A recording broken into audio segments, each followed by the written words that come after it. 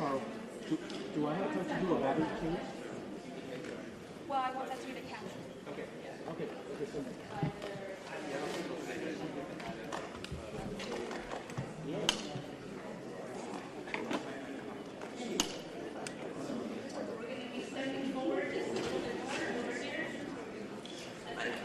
I'm back up, Carl. Thank you. I'm on 90.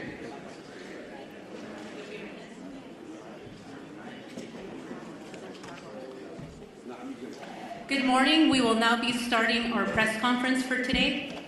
You will hear a short set of remarks by each of our speakers, and then we will transition to a question and answer session that will be moderated for members of the press. Our first speaker is Los Angeles County Board of Supervisors Chair, Catherine Barger. Thank you. I'm going to make my comments short because I know you want to hear from our fire chief and the people that are really have the information in real time. But let me just say, this is a dynamic situation. We've got fires throughout the entire county, which are spreading our resources very short. One of the things that people ask me is, what do you want to convey to the public? And that is, heed the advice of first responders. When they ask you to evacuate, evacuate. This is not a drill. This is in real time. So I want to thank the City of Pasadena, who's opened up the Pasadena Convention Center for those impacted by the Eaton Canyon fire. I also want to acknowledge our faith-based partners. All Saints has opened up their church for those that are evacuating the Pasadena area. But again, it's important for us to recognize that while the firefighters are there to protect structures, life is first and foremost frontline. We need to make sure that people heed the advice of our first responders. With that, I'm going to introduce our LA County Fire Chief, Anthony Maroney, to give you an update on what is going on. But I just want to thank Chief Maroney as well as Chief Crowley for the work that they are doing to make sure that our first responders have all the resources necessary.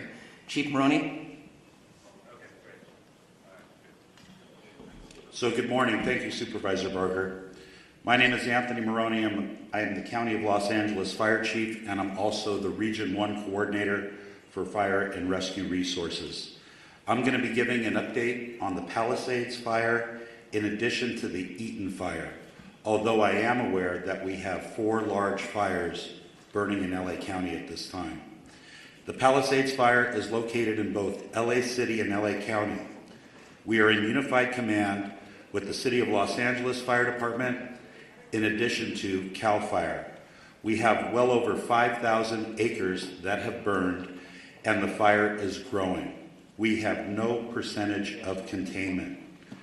We have an estimated 1,000 structures destroyed, and also no reported fatalities, and a high number of significant injuries to residents who did not evacuate, in addition to first responders who are on the fire line.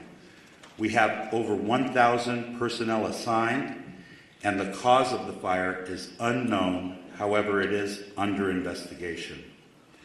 For the Eaton fire, it is located in both the Angeles National Forest, the Altadena area of LA County, and Pasadena. LA County is in unified command with both the Angeles National Forest and the Pasadena Fire Department. We have over 2,000 acres burning at this time, and the fire continues to grow with 0% containment. We have over 500 personnel assigned, and unfortunately, we have 2 reported fatalities to civilians. Unknown cause at this time, and we do have a number of significant injuries. We have over 100 structures destroyed, and the cause of the fire is unknown and under investigation. I will ask that LA City Fire Chief Kristen Crowley update you on the Hearst fire after I am finished with my remarks. The LA County Fire Department operational area consists of 29 separate fire departments in LA County, and all of those fire departments are at drawdown with no fire apparatus or additional personnel to spare. As the Region 1 Coordinator, I have requested mutual aid from the 5 counties of Orange, Los Angeles, Ventura, Santa Barbara, and San Luis Obispo counties. Additionally, last night, I contacted the State Office of Emergency Services and requested 50 engine strike teams. 50 engine strike teams is composed of 250 fire engines and over 1,000 personnel. We have also requested resources from out of state, as well as Northern California. Thank you to the first responders from Nevada, Oregon, and Washington State that are already on the road coming to LA County to assist.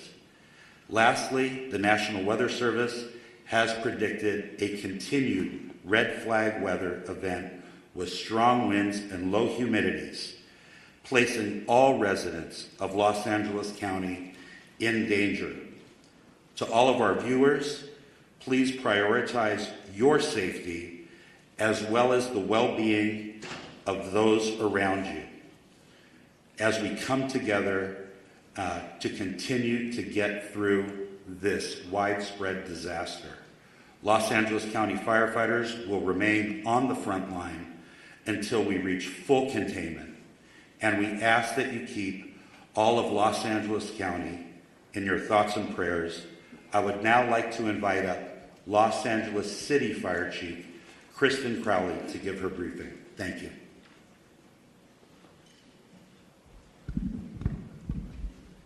Good morning, everyone. My name is Kristen Crowley, Los Angeles City Fire Department Fire Chief. I'd like to start with just a moment, if we could, of gratitude. A moment of gratitude for our first responders, our boots on the ground that are battling this intense and multiple jurisdiction and number of fires. So gratitude to those who are doing the work since yesterday through the night. And like Chief Maroney said, we're going to continue to work hard to ensure that we save people, lives, and property. With that, I'll be touching on a couple major points. With the Pacific Palisades fire, we know that it continues to demand a significant amount of resources and attention. A second major brush fire, now referred to as the Hearst Fire, has erupted in the Sylmar area of Los Angeles. Now together these fires are stretching the capacity of emergency services to their maximum limits. The Los Angeles City Fire Department is battling these two major fires while also maintaining, I want to focus on this as well, 911 services for the city's approximate 4 million residents. Now, despite the severity of the conditions, our department remains fully committed to safeguarding lives and property.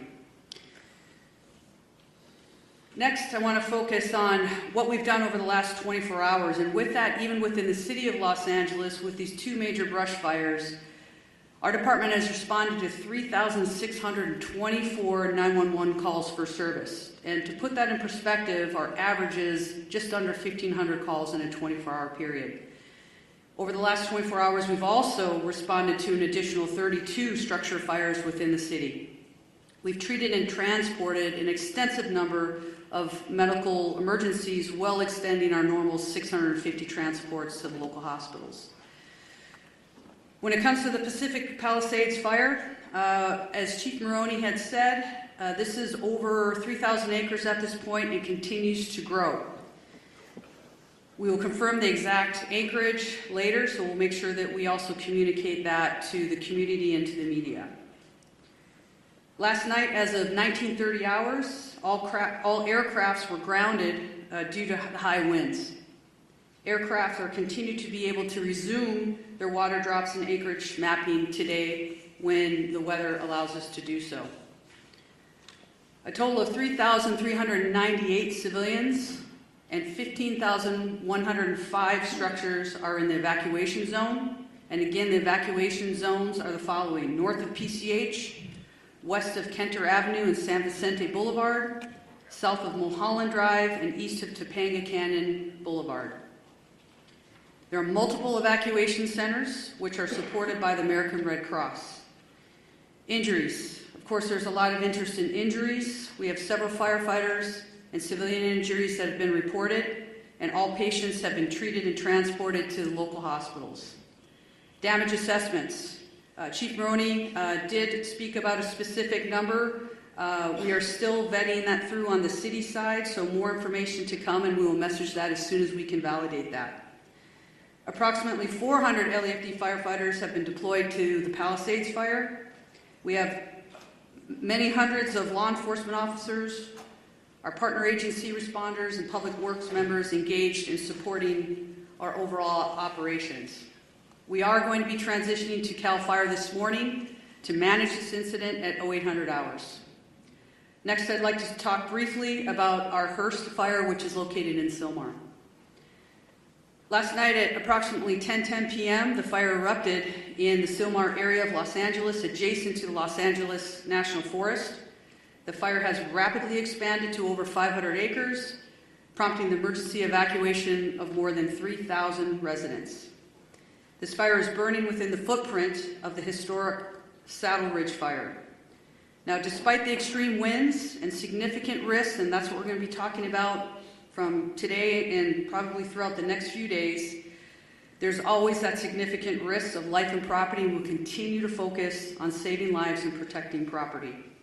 The exact anchorage at this point will be confirmed later, and we'll make sure that we communicate that to you as well. Lastly, we want to make sure that everybody understands we are absolutely not out of danger yet. With the strong winds that continue to push through the city and the county today, I will tell you, and we are all committed to our first responders, our firefighters will remain focused on protecting lives and property. The LAFD is extremely proud to stand with all of the entities behind me. Our top priority will continue to be life safety, ensuring that safe evacuation and the rescues of our residents that are in harm's way. It will continue to be our primary focus in this wind-driven fire event as it continues. Thank you for your cooperation, your support, and your vigilance. And today, we will continue to stand with our partners to protect everyone. Next up, I would like to introduce Sheriff Luna. Thank you. Oh, sorry. Next up. Oh, we moved it. Okay. Yes, we're just moving around, having LA Unified Superintendent Alberto Carvalho, please. Thank you very much. Good morning, everyone. Thank you, Chair Barger, county and city leadership, in addition to the leadership of our first responders and our great community for the very, very important work you continue to do to protect our community, protect the assets, and first and foremost, the health and well-being and lives of members of our community. Los Angeles Unified is the second largest school district in the nation, representing the interests of 540,000 students and 75,000 committed employees. We make decisions regarding closure of schools in a very methodical and science-driven manner. So after a great deal of consultation overnight with experts looking at the data and considering the fact that air quality conditions deteriorated significantly overnight, we have made the decision to shut down a number of schools, particularly in the eastern part of our school system. I will define what those boundaries are. School communities, beginning with leadership, workforce, and families have been informed about these areas. And as of now, those schools within the boundaries of the area that I will define are closed. This accounts for about 10% of our total schools in our district, about 100 schools out of 1,000 schools. The areas that I'm speaking about are schools located north of Manchester Boulevard, Firestone Boulevard, east of 10th Avenue, west of I-710, and south of Highway 134. Any school within that area, and that accounts again for the eastern part of our district, where the air quality met or exceeded levels that are not appropriate for employees or students to be around, are effectively shut down. We will be making decisions about what will happen in those schools going into tomorrow by 4 p.m. today based on the evolution conditions.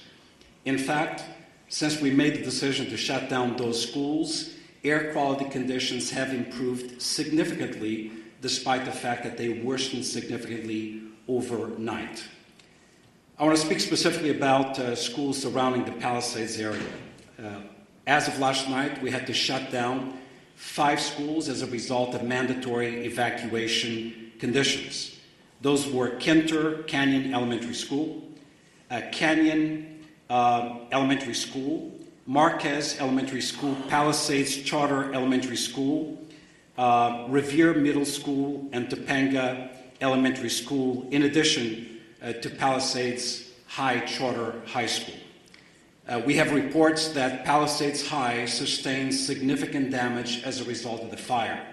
We are working with state and federal entities to quickly access resources to address the issues facing this community. I want to very briefly address our workforce. We know today is not going to be a perfect day. A number of schools are shut down. However, localized conditions may make it difficult for our workforce or parents and students to access schools. Air quality conditions may vary and, in fact, may not necessarily be appropriate beyond the area where we close schools. Please use your discretion. We will utilize grace and be flexible regarding attendance and for students and employees alike. Specifically, students and employees who face chronic respiratory conditions or other health issues. We will be flexible regarding these individuals. We will provide additional updates later on today regarding conditions of schools going into tomorrow. For the schools that are open, recognizing the workforce needs of the parents of our children, beyond the bell activities, care for children in those schools will continue to be provided today. Today is not a typical day. We need flexibility, patience, and grace, and we shall extend that to our workforce and certainly our parents and students in our community. Once again, our hearts go out to those who have been impacted and our eternal gratitude to the first responders of our community for the fantastic, difficult work they've done over the past 24 hours. Thank you very much.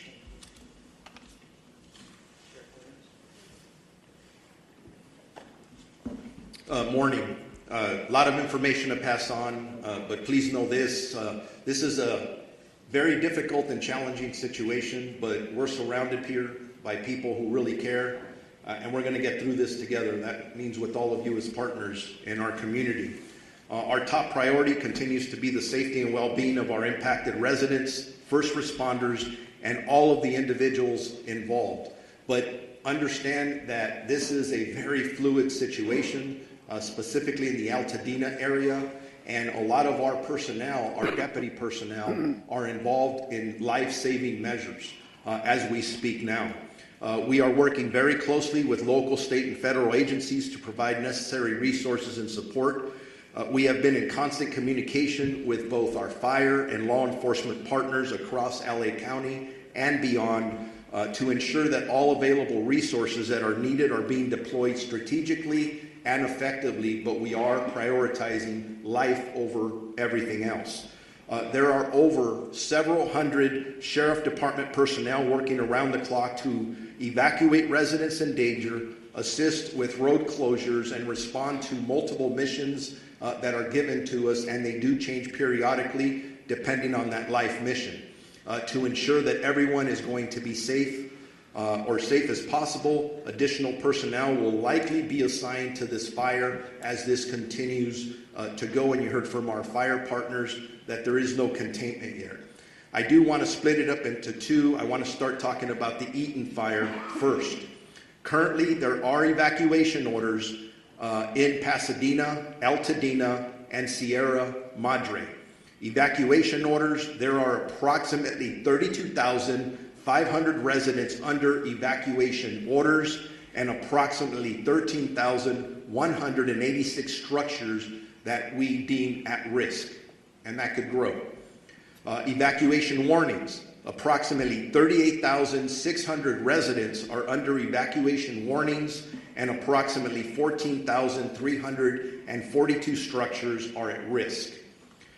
At 4 a.m. this morning, the evacuation orders did expand to parts of the city of Duarte, Monrovia, and La Cañada.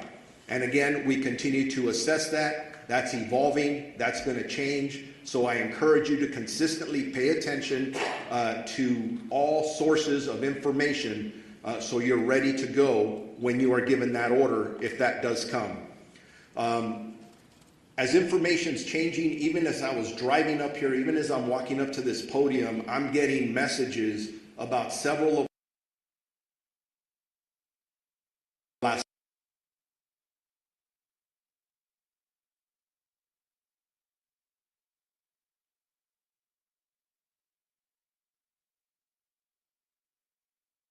that within our department, we're wrapping our arms around our employees just like we do with community members.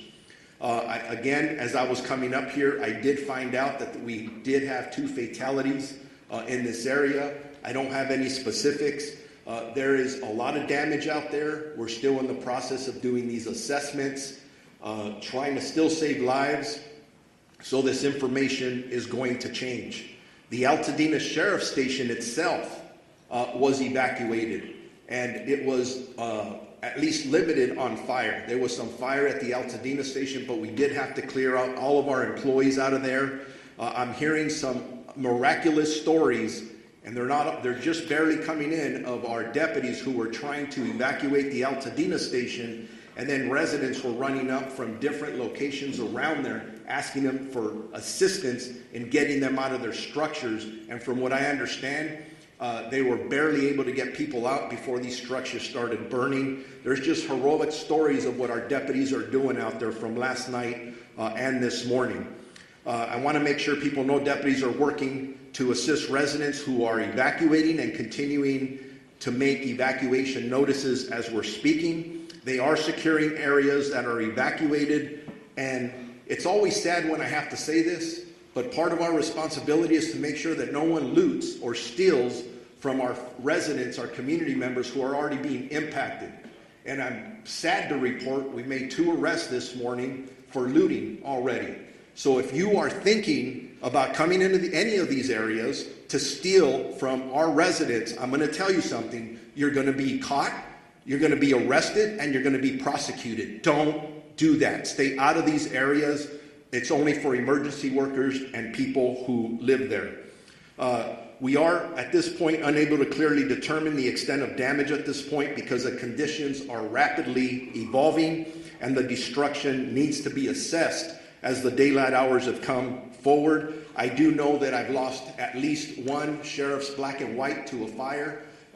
Thank God that the deputy is okay. But deputies continue to be on patrol throughout the road closure areas to ensure evacuation areas remain closed to the public. All schools in the Pasadena Unified School District are closed.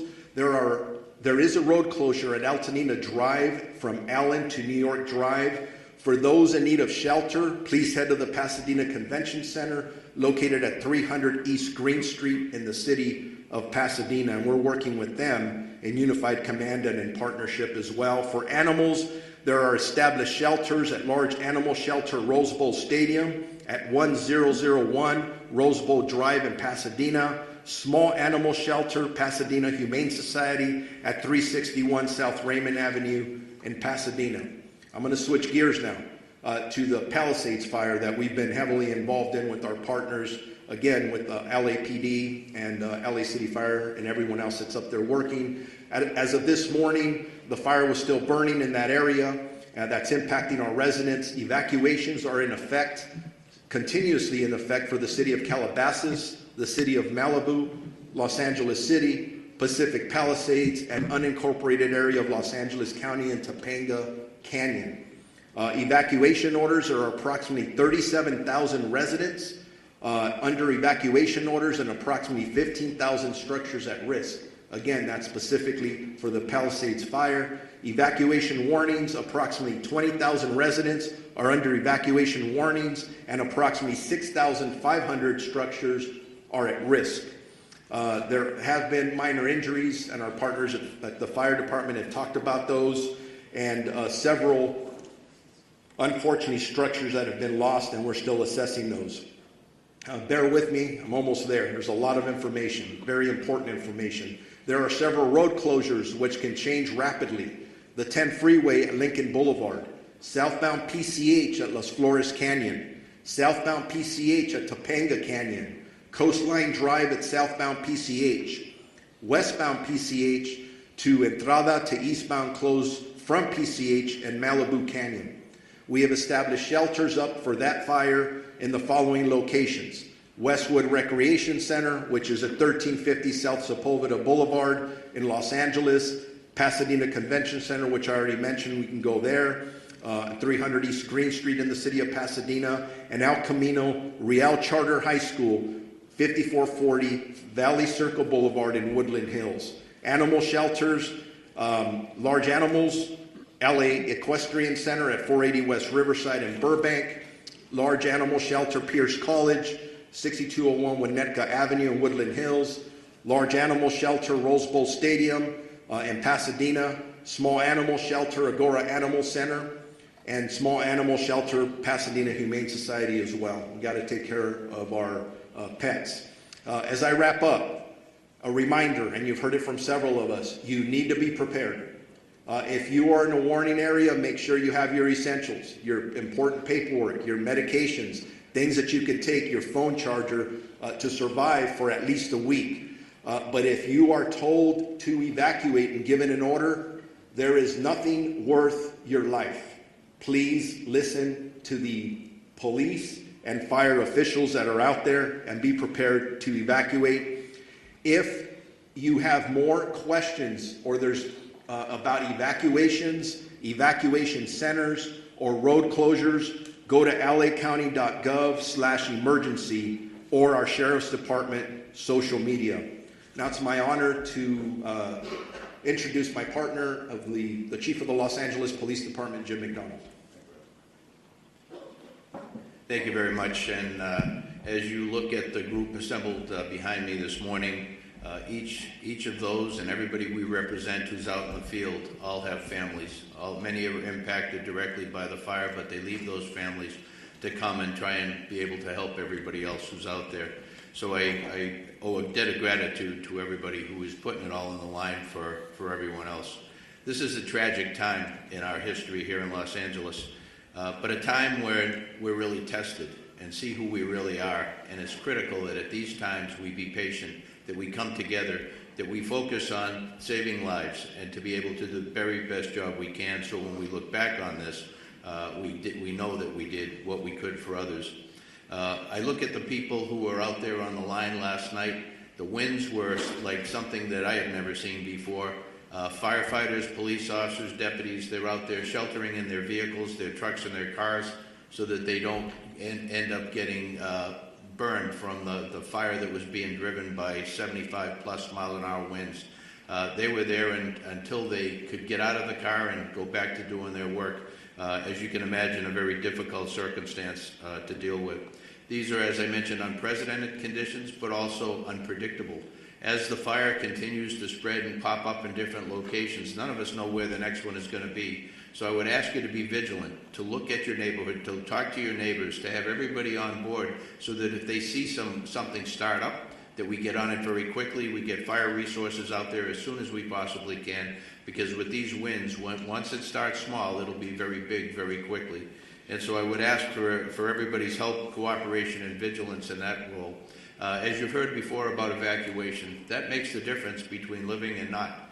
And so I would ask you to take these warnings, these orders to evacuate very seriously. As you've heard over and again, be ready to go, pack what you need up, but then please comply with these orders. We don't give them, put them out lightly. When we believe that you're in the path of the fire, we're going to order that evacuation, and we really, really need your compliance on that, because if we have to send people in to try and make rescues, those people are putting their lives on the line directly for something that could have been avoidable. Sheriff Luna mentioned looting. That's something that we also have to watch out for. That is incredible that we'd even have to talk about that during these tragic times. But we are going to take that also extremely seriously, and we will follow up with that in the strongest way possible. As far as traffic goes, that's something that we're used to dealing with here. This will be an extra test of gridlock in many places due to people not having access to their normal routes. I would say that if you have an ability to be able to stay out of the west side today, to commute or to work from home, as long as your employers are good with that, to take advantage of that. The air is very tough today for particularly those who are challenged medically. If you can stay home and work from there, I would recommend that. We will continue to support our partners and the fire service and our other law enforcement partners. But to all in the public who are watching this, sincere thank you to all of you for your cooperation and your patience as we all get through this together. Thank you. Now we're going to introduce my colleague, Supervisor Lindsay Horvath, who represents the Palisade area. Thank you, Madam Chair. This morning, we woke up to a dark cloud over all of Los Angeles. But it is darkest for those who are most intimately impacted by these fires. It has been an immensely painful 24 hours for communities I represent. The Palisades, the Hearst, and Woodley fires are all in the 3rd District. But our strength is in our togetherness, and that will determine how we make it through. We need your partnership in this time of crisis. It is difficult to process the immensity of the destruction and loss. And we extend our hearts and every resource we have to all of our impacted residents. We know when we talk about these structures, they aren't just structures. They aren't even just houses. They're homes. This is our home. These are places where we built community, where we raised families, where we made memories that we will never forget, even if we can't go back to these structures. These are our home. Losing home is simply devastating. And I know that we are all here to support you and stand with you in this time of need. Aggressive winds and fire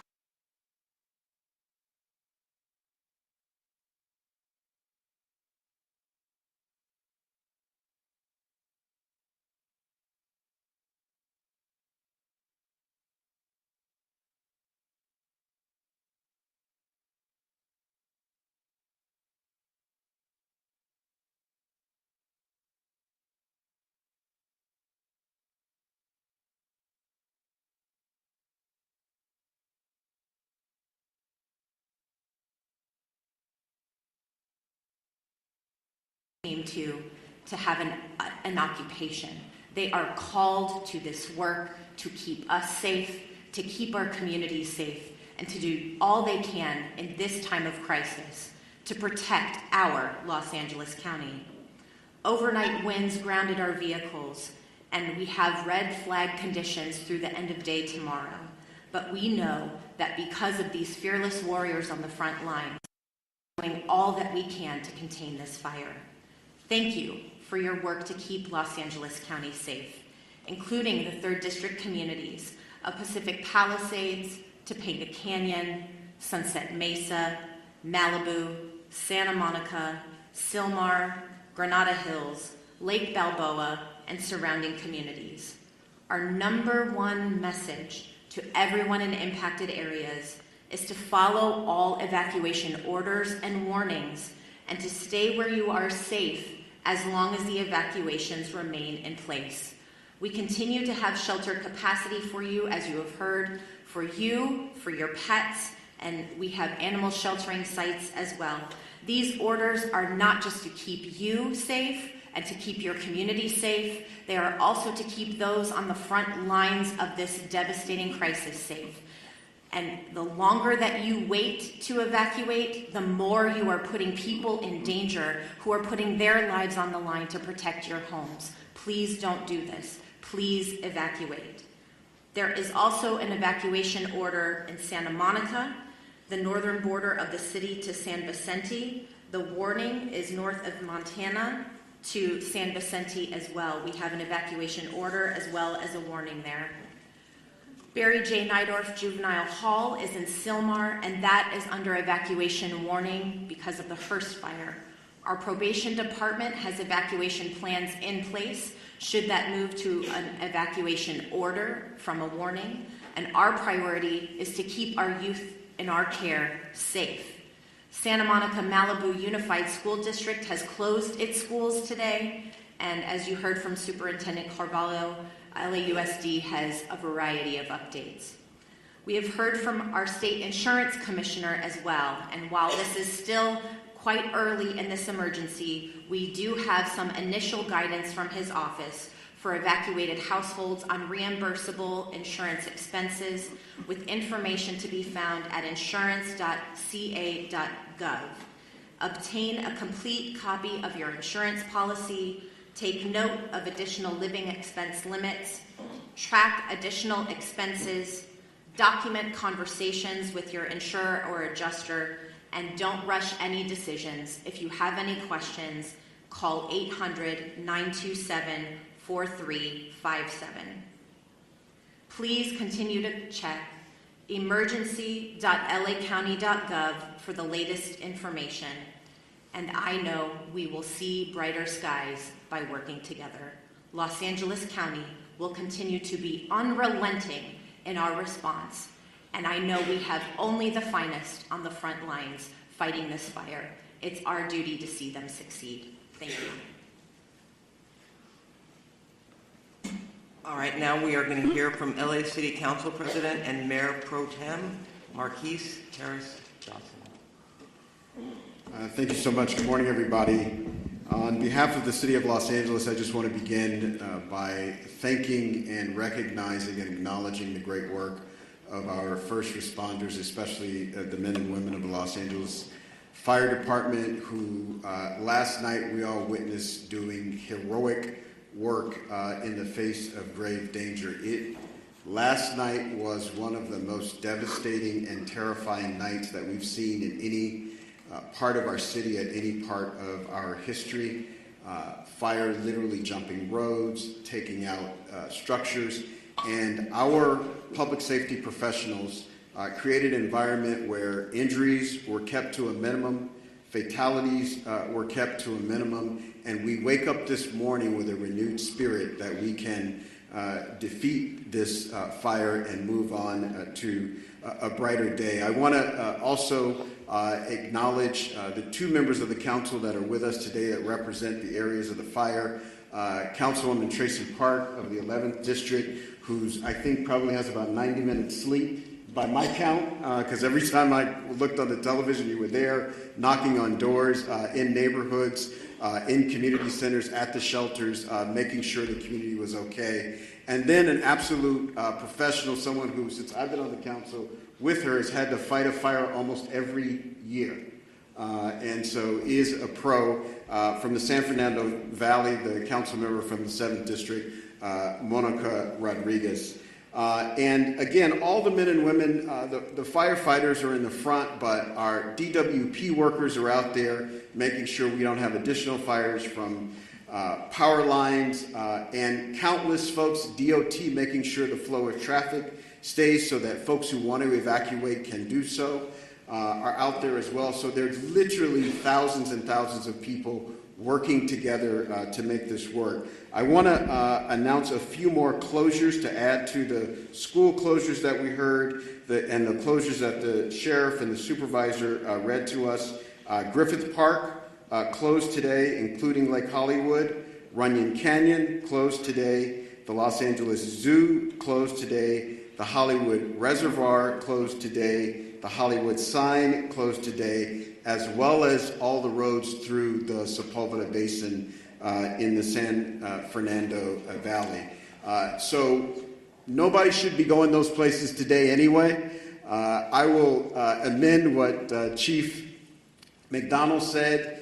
Not only if you're on the west side or in the valley, anywhere in this city, if you can stay off the roads, please do so. I live in South LA, a long way away from the fires. Visibility is less than 1 block because of the smoke. So if there is not a good reason for you to be on the roads, we ask that you leave the roads open as possibly as you can to the public safety professionals that have to do their work and will lead us out of the crisis that we face here in the city of Los Angeles and the county of Los Angeles today. Also, lastly, just grateful for the work of the President of the United States, kicked in for us late last night, who happens to be in Southern California. The governor was with us in the Pacific Palisades last night and has helped out. And a range of municipalities around the county and outside the county have come in to help where they can. And we're extremely, extremely grateful for their help in this time of crisis for our city and our county. And with that, I will ask the Director of the Office of Emergency Management for Los Angeles County, Kevin McGowan, to come to the mic. Thank you for the introduction. I'm Kevin McGowan. I'm the Director with LA County's Office of Emergency Management. As my partners up here have said before, we're facing a historic natural disaster, and I think that can't be stated strong enough. This is not a normal red flag. We've been in partnership with the National Weather Service for days prior to the arrival of this severe windstorm. There's been amazing communication by the National Weather Service, and they should be acknowledged for all of the communication that was put out days in advance. What's critical about that is it partnered all of our public safety and emergency organizations throughout the county to begin preparations for this. And a lot of the successes we saw over the last 18 to 20 hours is a direct result of painstaking preparations that have gone into place for the last 48 to 72 hours. We still have a long road ahead of us. Our county is known with wildland fires. We just finished working on the Franklin fire. We've had the Bridge fire, the Post fire. This has been a very destructive fire season. This is just going to add to it. Our eyes are on mitigating the impacts from this emergency, working with our community partners, and then charting a course for what will be a long recovery effort. With that, I would like to introduce our Department of Public Works for LA County Director, Mark Pichel. Good morning. Thank you, Kevin. My name is Mark Pichel. I'm the Director of Public Works for Los Angeles County, the largest public works department in the United States. We're coordinating across the area with all our partner agencies, including, of course, primarily the City of Los Angeles, in addressing this event today. I'm going to talk a little bit about what our focus is in terms of infrastructure, and then I'll move on. Before I do that, though, I do want to acknowledge all of the residents that have either lost a home or who are being evacuated. I do personally understand what that is about and understand what kind of fear that can put into you. One thing I would recommend to you before you leave that home, if you want something to do, is to close that home up tight, close any openings, completely tight to the home, and make sure that access is open to the fire department in the event that they want to come on and do work on your property. That's one thing I've learned through the years is important. So right now, LA County Public Works is focused on water supply, the road safety and transportation system, and preparing our flood control system for the inevitable post-event, which may be flows of debris and mud. With respect to water resources, there's been quite a bit of talk in the media about the water system that we're using for suppression. So let me make the following statement. There have been quite a bit of comments over social media about the local water supply and its impact on firefighting efforts. There is collaboration across this region. Over 200 water retailers serve the region. LA County serves the area that in the Eaton fire area. LA City serves the area of the Palisades area. We also serve the Palisades area in the north area of unincorporated area water supply through the hydrant system. The municipal water systems that service our homes and businesses continue to work effectively. However, they are not designed to fight wildfires. A firefight with multiple fire hydrants drawing water from the system for several hours is unsustainable. This is a known fact. That's why air support is so critical to the firefight, and unfortunately, wind and air visibility have prevented that support. County water reservoirs, however, county and city water reservoirs, open reservoirs, are available and on standby once that support becomes available. We will be having fixed wing as well as helicopter draw of water from our system. We also need customers to understand that it is really quite futile to attempt to fight fire with your hose at your house. That's not something I would recommend you do, but in fact I would ask that you turn off your water and turn off your gas, both things before you leave the residents so that we can continue to have that water supply for the hydrant system. The transportation system is operating with many, many closures. Those closures are meant for evacuation as well as fire suppression efforts. So we're asking residents not to abandon vehicles in streets, to not park vehicles in streets, but to leave those vehicles on your property. And we ask that you drive very carefully because we also have the other event of wind right now. And we have numerous signals out across the area. So we need people to drive very consciously in the street system. And then the third piece in the road system and in our homes is the wind is causing massive tree fall. We have numerous, over hundreds and hundreds of trees that have fallen in the area already. We expect more of that to occur. This is a safety hazard for you and your children. So we're asking that you avoid walking outside, avoid being under trees, avoid parking cars under trees, all the things as you can imagine that a tree can do. A tree can be just as devastating to a home and to your personal self as a fire. So please be aware that the wind event is going to continue and the infrastructure is in place to do with that. We are currently preparing to remove that. We are removing trees as they fall where it's safe to do so. There will be a mass debris removal system put together that the county is coordinating, but we would be removing and working with the cities to remove the mass debris that's going to occur, not only from the structures that have been damaged, but all of these trees that are down. So please, one of the things is make way for our utility workers who are in support of the very brave firemen and sheriff and police force that are out doing their job. We are in full support of them. So lastly, on the flood control system, this is just a quick note that yes, in fact, we will have a lot of debris. The flood control system has been impacted, that covers the entire region, by the fire. In fact, many of our facilities have been burned. One in Eaton area, Eaton Yard, where there is a debris dam there, and its facilities are currently threatened. We are looking at that and going to raise up those systems. As we enter into post-fire, our department will be available to do a review of your individual properties to make sure that you're safe from debris flow as another event that may occur in LA County. With that, I'm happy to turn over the microphone to my partner from the Department of Water Power, the General Manager, Janice Quiones. Thank you, Mark. I am Janice Quiones, CEO and Chief Engineer for LADWP. I want to start by thanking everybody on this response. I've been in emergency management my whole career, and the collaboration I've seen in this response has been incredible, especially our first responders, our crews. I want to thank our crews that have been working on high winds trying to restore power as fast as possible, and also county, city council, mayor's office. The mayor has been in contact with me all the time. And also other utilities in California have been proactively reaching out to us to help us with the restoration. So we're in the process of contacting them to ask for more support. I want to continue the thought process that Mark had about water supply in Palisades. We had a tremendous demand on our system in the Palisades. We pushed the system to the extreme. 4 times the normal demand was seen for 15 hours straight, which lowered our water pressure. We were pushing 75 CFS on our trunk line to try to keep water pressures on the system.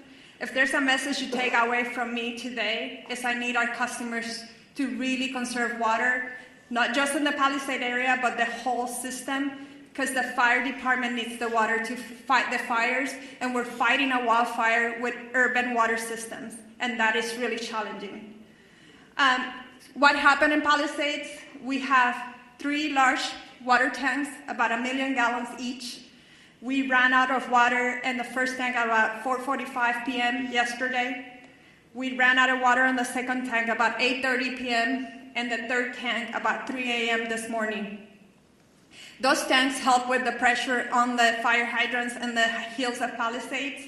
And because we were pushing so much water in our trunk line, and so much water was being used before it can get to the tanks, we were not able to fill the tanks fast enough. So the consumption of water was faster than we can provide water in our trunk line. So I want to make sure that you understand there's water on the trunk line. It just cannot get up the hill because we cannot fill the tanks fast enough. And we cannot lower the amount of water that we provide to the fire department in order to supply the tanks because we're balancing firefighting with water. So we have our operations people on the water side at the command post with the fire department, helping them with tactics to ensure that we can provide as much water as we can find to our first responders. What are we doing now? We're sending about 20 water tanks for our construction crews full of water to support the fire department. We identify other areas in our system where our tankers can refill. It takes about 30 minutes to refill about 4,000 gallons of water, and we're constantly moving that water to the fire department to get them as much water as we can. I would also ask for the people on zip code 90272, because we're pushing the water system so hard, our water quality is decreasing. So we're going to be issuing a boil water notice this morning, and that will extend for about 48 hours. The water quality is low. We have a lot of ash in the system. And so please, if you're going to be drinking water, you need to boil the water. Those boiled waters will continue to increase as the system starts restoring.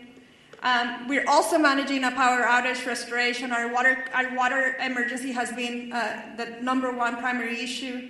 But the power issues are continue to increase. The winds picked up at around 11 p.m. last night, and that's when we saw the majority of our outages coming in. As of 7 a.m. today, we have 135,000 customers out of power. We have restored about 78,000 customers since the start of the outage.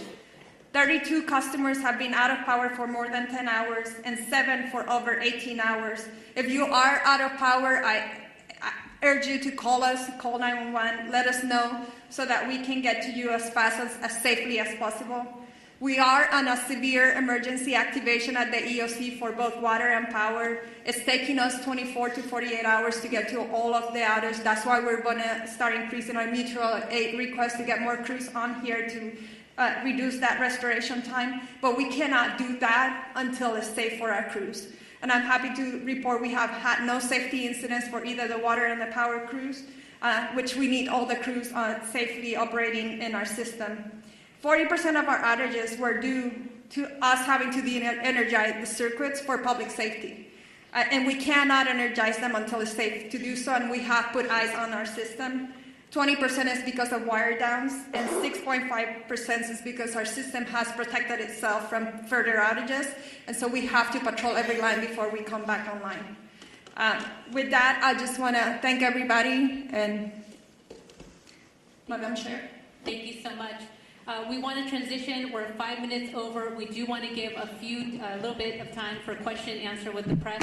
I'm going to call on you. Please identify yourself, your name, and which media outlet you are with. I see a hand up here. We'll go with you first. Good morning. Yes, Bob Castro from BDLA, Class 11. Chair Barker, I wanted to ask because this press conference called One Voice is bringing together some of our city leaders, our county leaders here together for this incredible tragedy, this crisis that we're experiencing right now. And a lot of our viewers are asking, how can other Angelinos help? Because people want to volunteer, people want to help. What's the best way that other folks out there that want to help, what can they do? Well, first of all, thank you for that question, because I think this does speak volumes to the fact that it's not just at the local level, it's at the state and the federal level as well, and it is one voice. We're seeing these fires taking place countywide, which is stretching our resources. But to the public, I mentioned All Saints in Pasadena that's opened up its church to people that are evacuating, people that are not only part of their parish, but also people that are seeking refuge. I would encourage, and we will work with our Office of Emergency Management, to put together a list of what you can do to help. I know at Pasadena Convention Center, they're looking for resources, food, and blankets. Red Cross is putting that together, but we can always use more. So this is the time for us all to come together. I mean, we're trying to wrap our heads around just getting this fire under control. But make no mistake, we will put something together so that people can offer their support. You are seeing the goodness, and I know Supervisor Horvath mentioned it. With all these horrific stories you hear, you also hear stories of people that are doing amazing things to help their neighbors and their community. Thank you for that. I'll go ahead in the green shirt.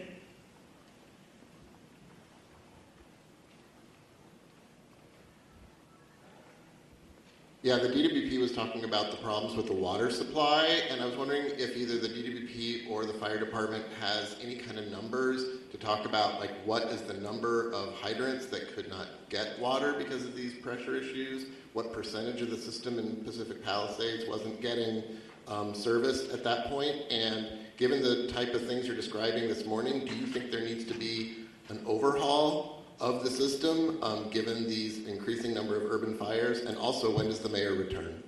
And name and media outlet, please. David Zahniser with the Los Angeles Times.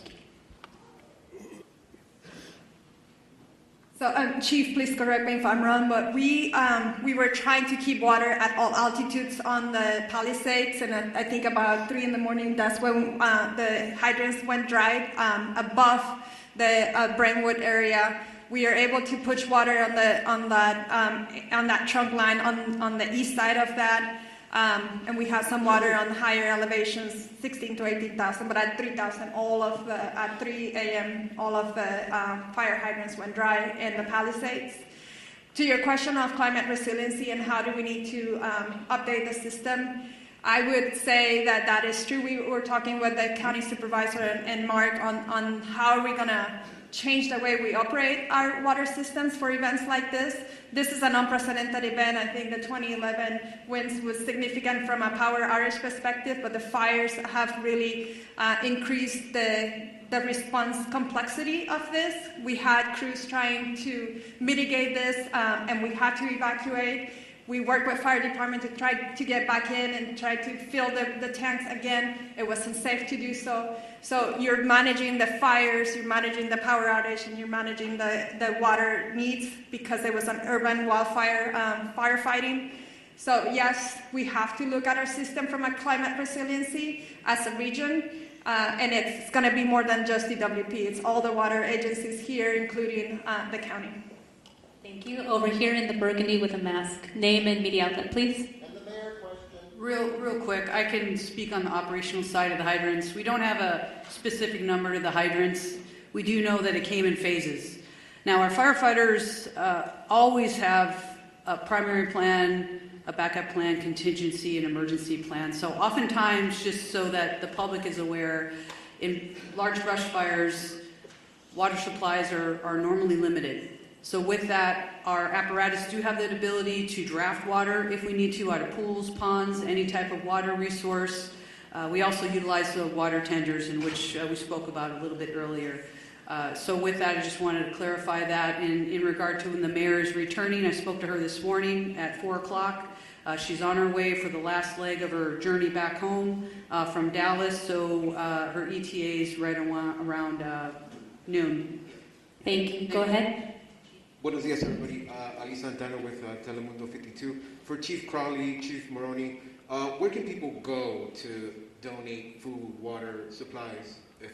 And for Superintendente Carvalho, Sheriff Luna, and CEO Quiñones, just something in Espanol for our people in We will do something in Spanish right after we conclude over here with a couple of Spanish speakers.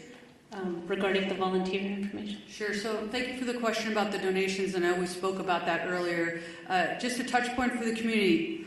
We are so grateful for the community's efforts in regard to donations. Now, what I do want to be mindful about to make sure that we share is please listen to the direction of where those donations, either through money and or food, any type of donation, it can become problematic if the public starts to just drop things off. So we are putting together a strong plan from our Emergency Operations Center. We're at the highest level at this point. We're coordinating with the county as well. So stand by for more information. We want to be very purposeful and strategic in how we're going to collect those donations, and they are welcomed. Right over here with the glasses and the gray, right behind you. Over here with the hand up. Scott Snowden, Santa Monica Daily Press. Question for Ms. Horvath. Are there any forecasts or predictions at this point for the economic impact of this?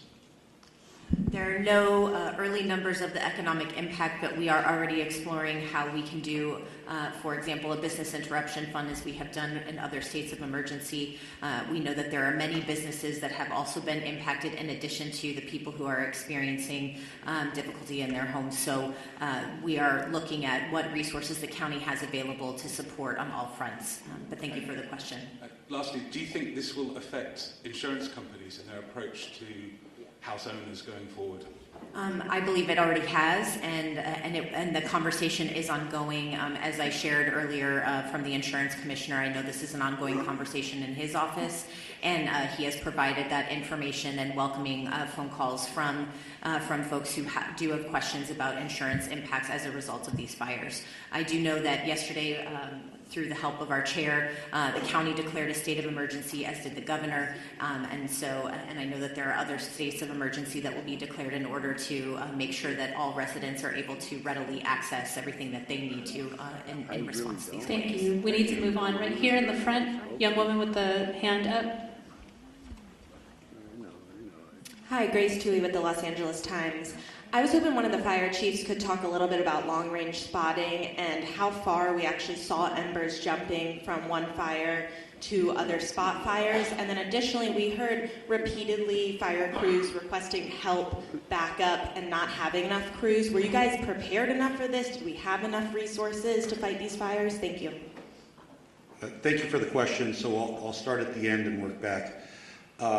No, LA County and all 29 fire departments in our county are not prepared for this type of widespread disaster. There are not enough firefighters in LA County to address 4 separate fires of this magnitude. We were prepared. We did get state pre-position resources that came from Northern California that were up in the Santa Clarita Valley. We did hire additional firefighters from the LA County Fire Department and pre-positioned them in the Santa Monica Mountains.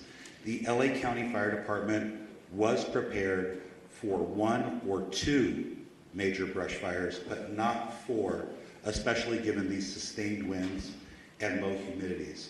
Like our Director of Emergency Management said, this is not a normal red flag alert. People were calling for help. We tried to get them the help that they needed. LA County right now, like the LA City Fire Department, is prioritizing life safety, but we are also engaging in structured defense, perimeter control, and aerial operations. Remember that the LA County Fire Department has 13 aerial assets available to it. In addition to our agency-owned helicopters, we have our 2 CL-415 Super Scoopers and our CH-47, which is part of the 3-county QRF. So we're prepared to keep fighting the fight. Like I said earlier, I've requested additional resources, not only from Northern California, but from out of state. We did that last night, yesterday. So we're doing the very best we can. But no, we don't have enough fire personnel in LA County between all of the departments to handle this. Thank you. Thank you. And we have a couple of just quick questions. I just want to also acknowledge that that came down from Sacramento State Senator Ben Allen and Sasha Perez, as well as our Santa Monica Mayor Negrete, who's also present here. And I know that Congressman George Whiteside is flying in from Washington, D.C. He represents the Sylmar Santa Clarita area, and so we appreciate you all being here. Thank you, and I think someone from the mayor's office would like to go ahead. Introduce. Thank you, appreciate it. Good morning, everybody. Celine Cordero, Deputy Chief of Staff to Mayor Bass. I just want to step forward and address the question about the mayor. The mayor will be on the ground shortly, very shortly this morning, and engaged. But I want to assure the community and the city, our mayor has been actively engaged 100% of the time, the entire last 24 hours throughout this unfortunate event and crisis. The mayor has been in constant communication with our chief of police, our fire chief, our council president, our law enforcement partners, our Supervisor Barger, thank you, and our county partners. So I just want to stress she has had 100% access the entire time that she's been traveling and been actively involved in the decision making. So thank you very much to all up here, and the mayor looks forward to meeting you very shortly this morning. Thank you for that. Over here in the green shirt. Good morning. Stephen Coleman, KABC. You mentioned 4 fires. I'm aware of 3. Could you describe and characterize the 4th fire, county fire? Yes, I can speak briefly on that 4th fire. Was a Woodley fire, which is approximately, it was a smaller fire. We threw a lot of resources at it. It is under control at this point. We'll push that information out to the media so you have the very specifics, but we're calling it the Woodley fire. Could you tell us where it was located? Where? Yeah, it was in the Sepulveda Basin. Yes, sir. Thank you. Last question, then we'll have one-on-ones. Hi, I'm Samantha Norris, San Fernando Valley Sun. I know the Hearst Fire is one of the smaller fires here, but can somebody speak more to what resources are being deployed to that fire? And for people in the Sylmar area, what are the evacuation zone areas, any closures, and where those people can go in the area? Hi, good morning. Councilwoman Monica Rodriguez from the 7th District. Last night we evacuated 71 horses from the Stetson Ranch area. The fire came up quickly, and so thankfully they were safely evacuated to the Hanson Dam Equestrian Center. As we indicated, this is a very dynamic situation, and the lack of aerial support is making it that much more challenging for firefighters to be able to fight these fires, whether it's in the Palisades or any other part of the county. And so it's critically important that people heed the evacuation orders. In the Sylmar community, Richie Gallen's rec center in Pacoima is available for the evacuations. Currently, there is 80% vacancies, so there's still capacity for people to evacuate there. Going beyond that, we will continue to open up facilities as it's needed. I want to assure the public that the things that you can do, and I know the question was asked, are in the immediate fire area. There are things that you can do to be of assistance, and it goes to looking at in the immediate fire area. There are things that you can do to be of assistance, and it goes to looking at hardening your home from any potential threat of embers. These embers fly, they can go for a couple miles. So we want to ensure that they do everything to create the defensible space in their homes if they're in the adjacent areas. Again, staying off the roads to the greatest degree possible. More importantly, reducing your water usage at this time. Because there is no aerial support, all of our water is being heavily demanded upon for these firefights in all parts of the county. So these are the proactive measures that people can be taking to be of assistance immediately given the needs of our first responders. If you have downed power lines, report those to 911. We can also report all outages to 1-800-DIAL-DWP. And most importantly, for trees that are down, because we know we have a lot of road blockages, our Bureau of Street Services, for the City of Los Angeles, all of our street services crew and public works crews are out there doing that work as well, and they are part of our first responders. We want to make sure that everyone's reporting those to 311 so that we can keep the roads cleared for everyone to have the greatest amount of access for our fire personnel. But most importantly, for the adjacent equine areas, because I know in the Hearst fire, we're concerned about the spread right now. There's a lull in the wind, but we're concerned about the potential spread to other equine areas.